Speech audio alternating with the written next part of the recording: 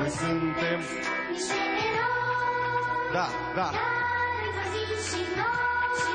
Și noi știm că a trecut mult timp, va trece încă pe atât prezent. În 10 ani mai prind câțiva ce mint, câțiva ce țin să plece, las că trece.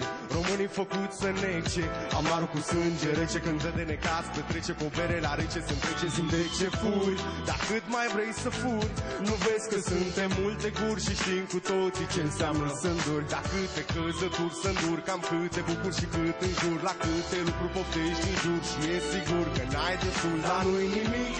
Sunt consolat de mic, tu ești conștient ce zic eu. Nu ne-am născut în locul potrivit. Nu ne-am născut în locul potrivit. N-am primit, am făcut totul din nimic. Dar nu-i nimic, sunt consolat de mic, tu ești conștient ce zic eu. Nu ne-am născut în locul potrivit. Nu ne-am născut în locul potrivit. N-am primit, am făcut totul din nimic. Am făcut totul din nimic. Totul din nimic, am făcut totul din nimic. Da, chiar am făcut totul din nimic, foarte, foarte totul din nimic. Totul din nimic. Și acum am să zic o poveste mică, da? Stai?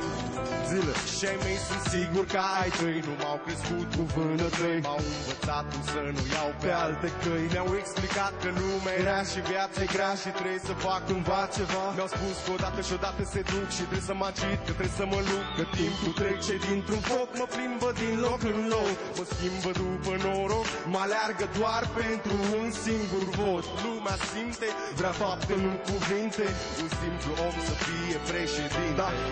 Da, nu-i nimic, sunt consolat de mic, tu ești conștient ce zic eu. Nu ne-am născut în locul potrivit. Nu ne-am născut în locul potrivit. N-am primit, am făcut totul din nimic. Dar nu-i nimic, sunt consolat de mic, tu ești conștient ce zic eu. Nu ne-am născut în locul potrivit.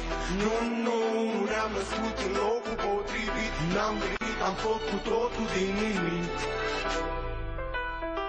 Mulțumim frumos!